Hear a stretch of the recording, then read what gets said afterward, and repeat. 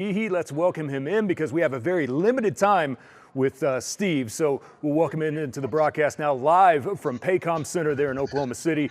From News 9, the Thunder Reporter Steve McGehee. Steve, we're going to try this from courtside, but the music's just bumping so loud inside of the arena. Too loud. The atmosphere is absolutely crazy already, and we're still a couple of hours away from tip-off.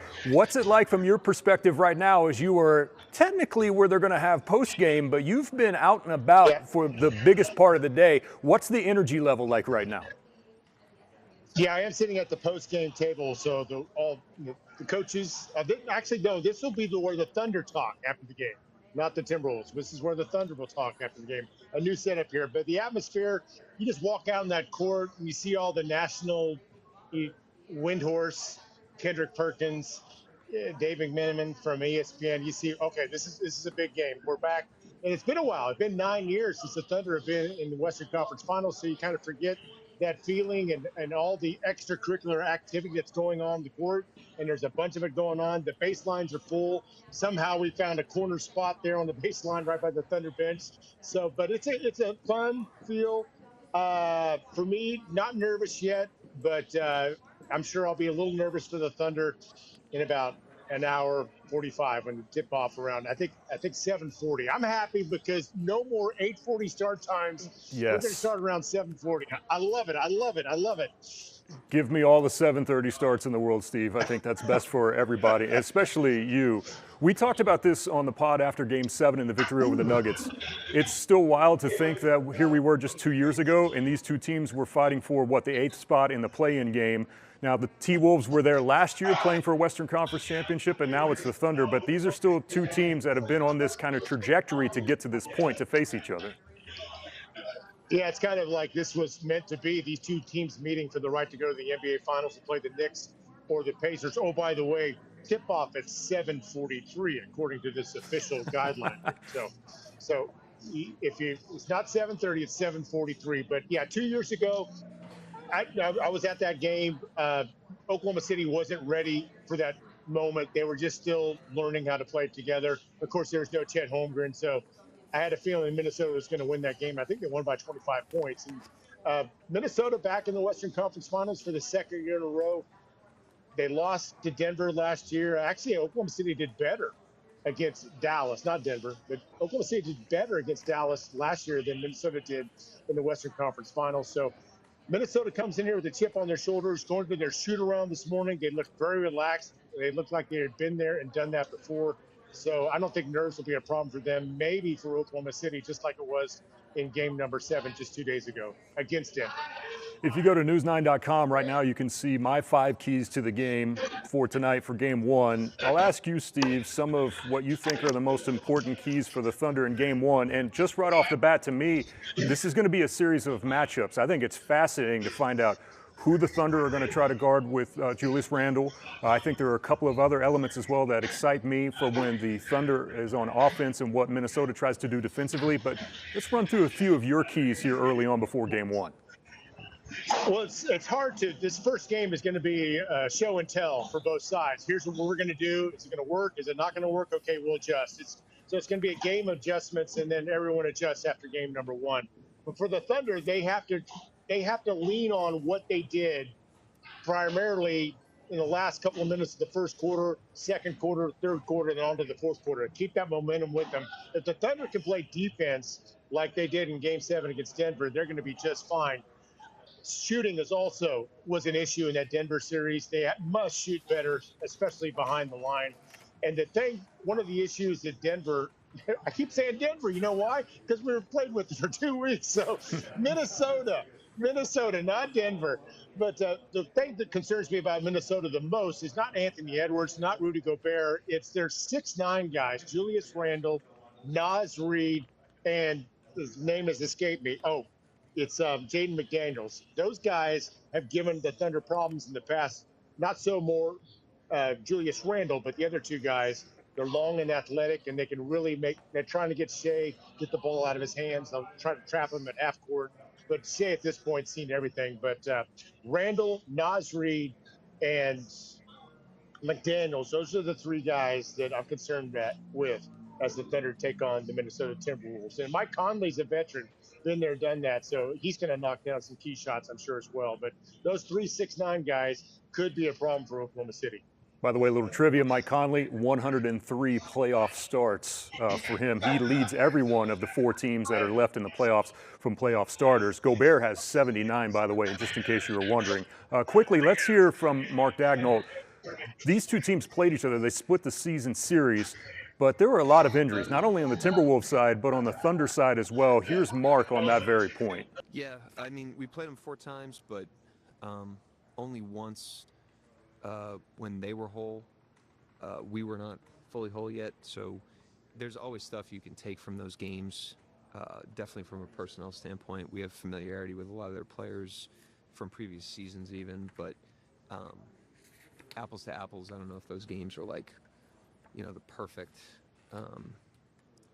frameworks through which to look at the series. So it'll be different, just like every playoff series. They're a team we respect. They're playing exceptionally well right now. Since really March 1st, they've been outstanding, both ends of the floor, and their playoff run's been very impressive. So it's a tall task and going to require great, energy, focus, all the things that we need to bring.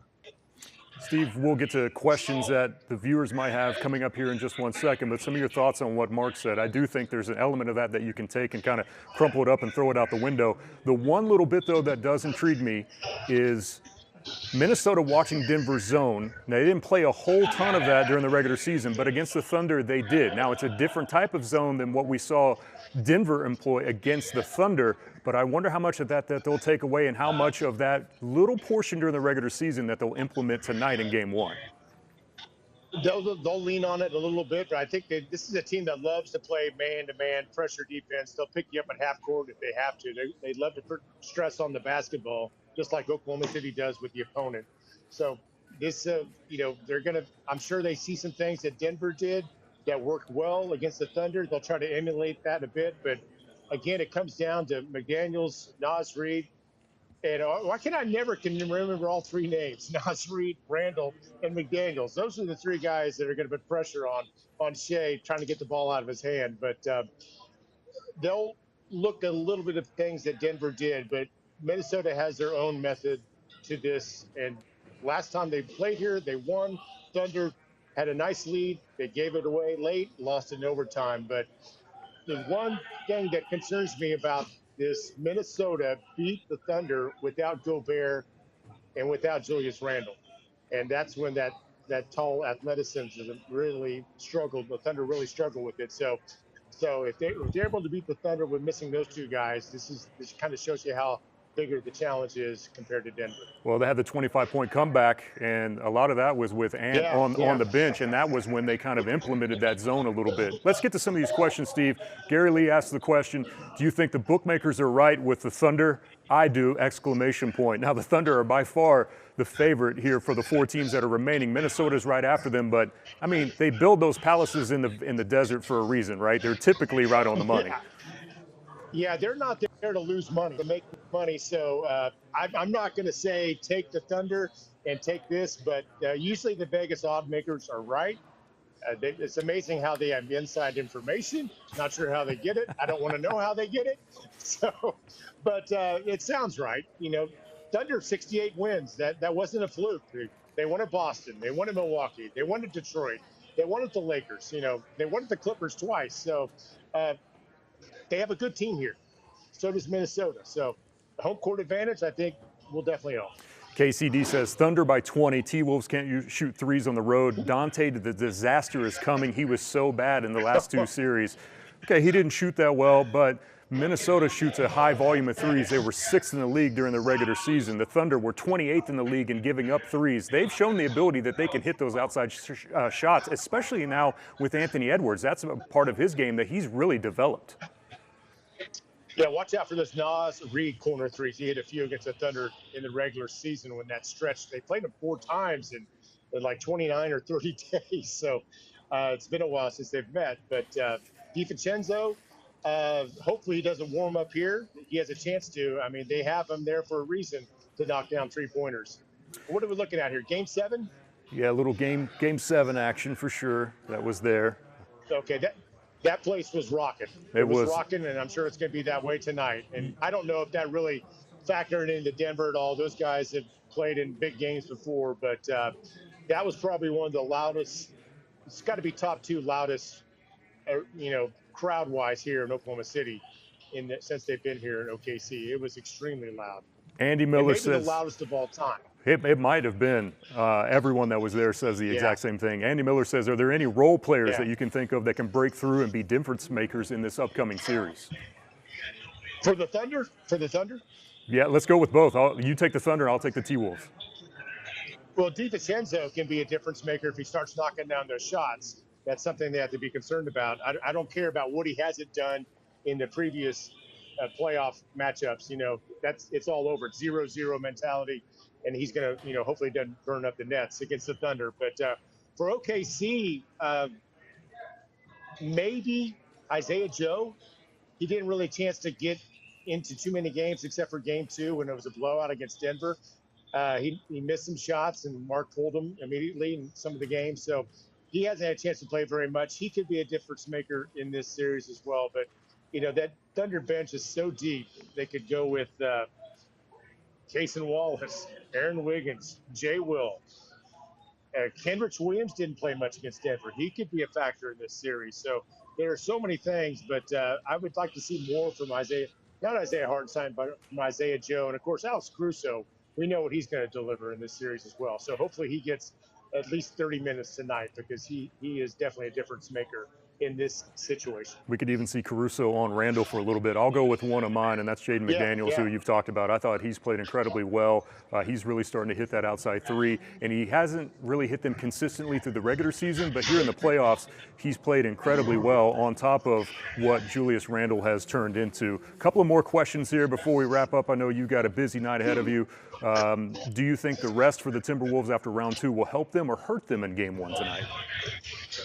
I think it's going to be a help. They were here last year in the Western Conference Finals, so rest, no rest. I think, like I said, they're coming in here to Oklahoma with a chip on their shoulder, and they feel like they're good enough to be in the NBA Finals. So I think the rest, no rest. I think Minnesota won't be a factor at all. Thunder win in how many games from Ibrahim? Thunder win, I think it's in 7. It's either Minnesota in 6 or Thunder in 7. There's not going to be just 5 games unless there's an injury, and that's unpredictable, and you hope you don't see that. But either Minnesota in 6 or Thunder in 7. That's my guess right now. I'll know more after what I see in 48 minutes of basketball here in game number 1. Maybe the most important question, what's your favorite shirt floor theme for the Thunder this postseason, and should they go all orange? All orange. That would be interesting. They call it sunset orange, I think. Yes. I still have a KD. They gave me a KD sunset orange jersey that last season, and they said you can keep it.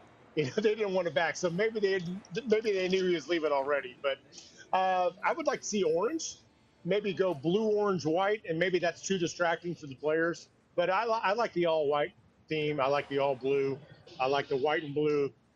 I wasn't a big fan of the City Edition T-shirts, the black and all that. But I don't want to ruffle any feathers there. They won game 2 with that. They won game 2 with that setup, so I'm okay with that. But I would like to see a little bit of orange in it. But they're wearing. I remember 10 years ago, no way were they going to wear a jersey that had orange in it. And that's changed through the years.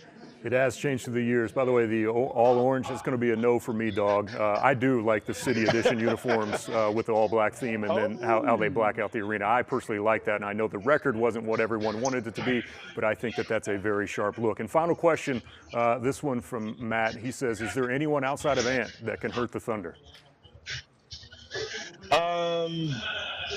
Those 3 guys that are 6'9", that I never can remember their name.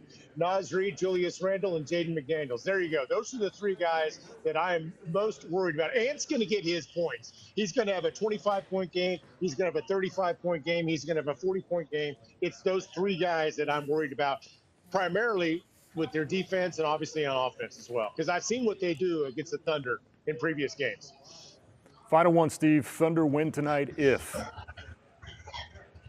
if they play like they did in Game 7. Easier said than done, but they got to come out with that defensive mentality like they had against Denver in that killer must-win situation. If they do that, they can take Game 1. If not, you know, once again, you're in an 0-1 hole to start a series, and, you know, that's an uncomfortable situation to be in.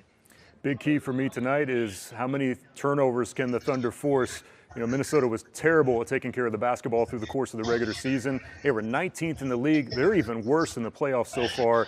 And as I heard it put today, turnovers equal death against this Thunder team. If they can force some turnovers and really kind of get out and get running, I think this series might not make it all the way to 7, but Minnesota's got to do a better job of taking care of the basketball.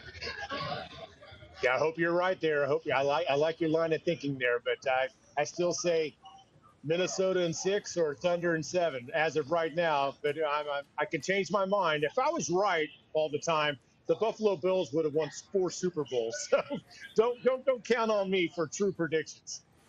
Wouldn't depend on that at all, Steve. Hey, I know you got a lot to do. Thank you so much for joining us here on this live edition of the Thunder Report. You got pregame press conferences. You've got all the postgame responsibilities. And we want to remind everyone to go to news9.com and check out all of our Thunder-related content that we have for you. It is a ton, and it's brought to you by a lot of very hardworking and very talented people as we cover the Western Conference Finals for you here. Steve, good luck tonight, and hope you brought your earplugs. All right. I did. You know it. See you guys later. All right, Thanks for watching. That is Steve McGehee, who joined us live in Oklahoma City there at the Paycom Center. All right, that'll do it for us. Thank you for tuning in here on this very first edition, a live edition of the Thunder Report. And we look to do many, many more of these coming up here in the near future. And as I said before, don't forget to check out all of our latest work at news9.com.